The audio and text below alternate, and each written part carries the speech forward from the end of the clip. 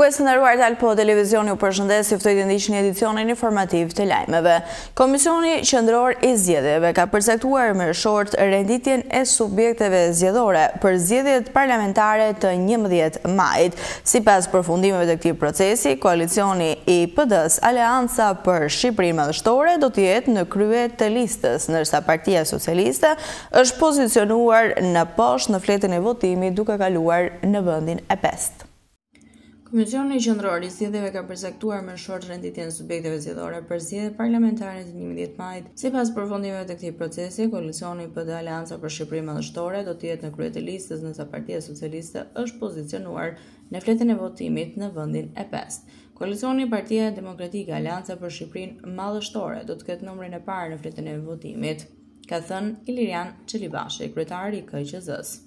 Partia Socialiste është renditur në një nga pozicionet e mëvonshme. Mëtej, sipas shortit, Partia Mundësia e Agron Shehaj do të jetë e dyta në radhë, ndërsa Partia Lëvizja Dheu është pozicionuar në vendin e tretë. Koalicioni Euro-Atlantik, i drejtuar nga Lulzim Basha, është renditur në vendin e katërt. Në vijim të listës, koalicioni Nisma Shqipëria Bëhet, i drejtuar nga Lapaj dhe Shabani, do të mbajë një nga numrat pasues, ndërsa Aleanca Kombëtare Shqiptare e Elena Kocaqit është renditur me njëherë pas tij. Aleanca Demokracia e Re, Edmond Stokuj dhe koalicioni Djathtas për Zhvillim me drejtues Shehin dhe Ali Beaj përmbyllën renditjen e subjekteve zgjedhore për këto zgjedhje. Numri 1. Atëre, renditur me numri 1 në fletën e votimit do të jetë subjekti zgjedhor, koalicioni Partia Demokratike Aleanca për Shqipërinë Madhështore. Partia Socialiste. Numrin 5 në fletën e votimit. Njemi në këto momente me zhvillimet kryesore nga vendi.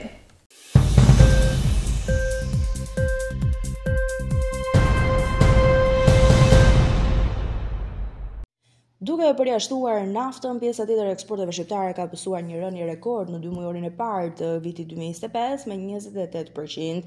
Të dhënat e Instat tregojnë se prodhimi vendas në pjesën e madhe të grupeve të eksportit kanë pësuar një rënje drastike. Eksportuesit shqiptar po ndikohen nga konjunktura jo e favorshme e kërkesës në tregje ndërkombëtare, teksa shumë fabrika mbyllën aktiviteti në 2 muajt e parë të këtij viti. Rritja e eksporteve të naftës me mbi 64% në 2 mujorin e parë 2025 në krahasim me të njëjtën periudhë të vitit të kaluar, mezi ka arritur të mbulojë ndekun e rënies në të gjitha grupet e tjera. Instat ka lajmëruar se në shkurt 2025 eksportet e madrave arritën vlerën 34 miliard lek, duke u rritur me 4.3%. Importet e madrave arritën vlerën 68 miliard lek, duke u ulur me 8.6% në krahasim me një vit më parë në krahasim me janarin e 2025-s.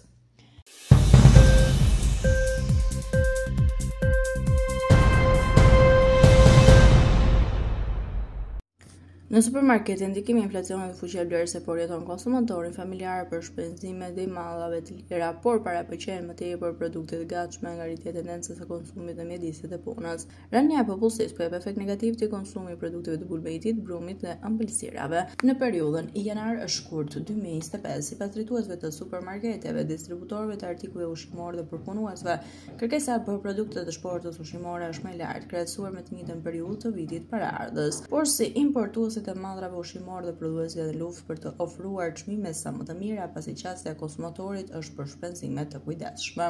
Në muaj janar, kategoria ushqimore shënoi rënje në vlerë prej 5.4%, ndërkohë që numri i produkteve të shitura u rrit me 5.2%.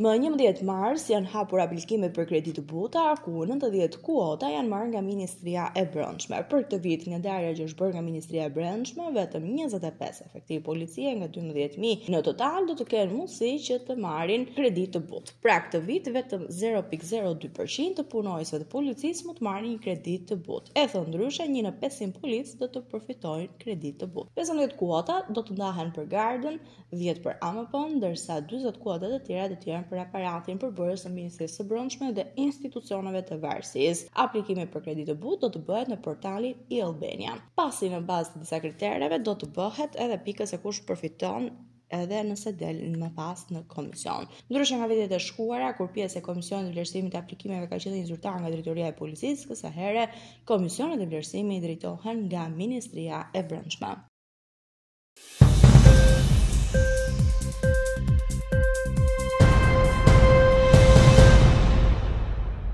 Dalemi tashmë në një blok informativ nga bota.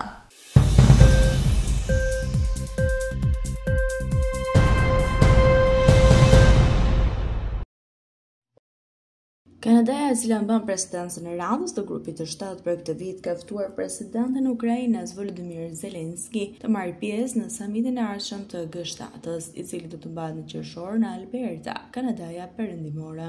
Kryeministri i ri i Kanadës, Mark Carney, i cili mori detyrën të premten, ka komunikuar personalisht me Zelenskyn dhe ka ftuar atë në këtë ngjarje. Zëdhënësi i Ministrisë së Jashtme të Kanadas konfirmoi këtë informacion. Presidenti i Ukrainës ka tekstuar se pati një bisedë të mirë me Carney dhe ka vlerësuar mbështetjen e tij për Ukrainën, duke nënvizuar nevojën për të shtuar presionin ndaj Moskës. Nga ana e tij, kryeministri i ri i Kanadës, Carney, ka përsëritur angazhimin e fuqishëm të Kanadas për të mbështetur luftën e Ukrainës për liri kundër agresionit rus.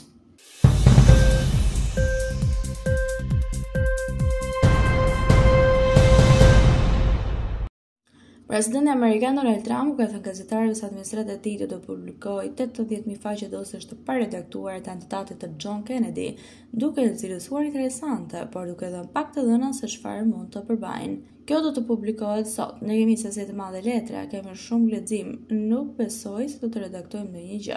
Thash vetëm mos redaktoni. Ju mund të vazhdoni vetëm në këtë format, por ne do të publikojmë dosjet e JFK-s, shtoi presidenti amerikan.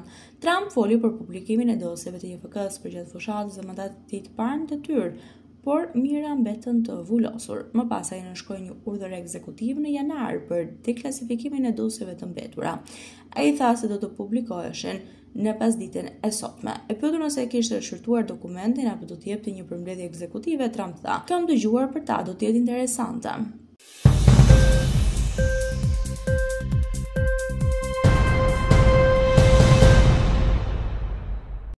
Një aeroplan është rrëzuar mbrëmjen e djeshme pranë Hondurasë disa minuta pasi u ngrit nga ishulli Roatan, duke vrarë 7 persona, ndërsa 10 të tjerë u nxorën të gjallë nga rënojat. Aeroplani Jetstream i linjës ajrore Lanza në Honduras mbante 14 pasagjerë dhe 3 anëtar të ekuipazhit, ka thënë ministri i transportit, duke shtuar se rënojat u ngjetën 1 kilometër larg bregut të ishullit.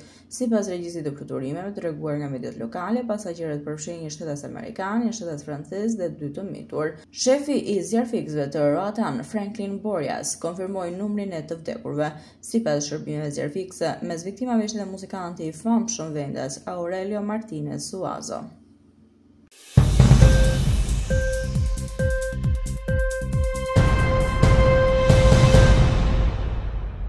Ministria e Mbrojtjes së Sirisë ka thënë se ka arritur një marrëveshje me homologun libanez për të zbatuar një armë pushim përgjatë kufirit dhe për të përmirësuar koordinimin dhe bashkëpunimin. Deklarata e ministrisë u raportua nga Agjencia Shtetërore e Lajmeve Siriane, SANA.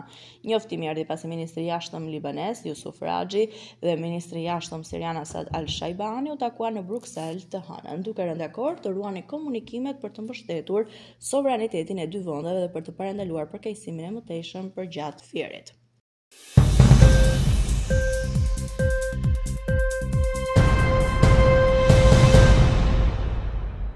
Ishte gjithçka e përgatitur për këtë edicion informativ lajmesh. Unë ju falenderoj për vëmendjen tuaj. Bashkë mirupafshim.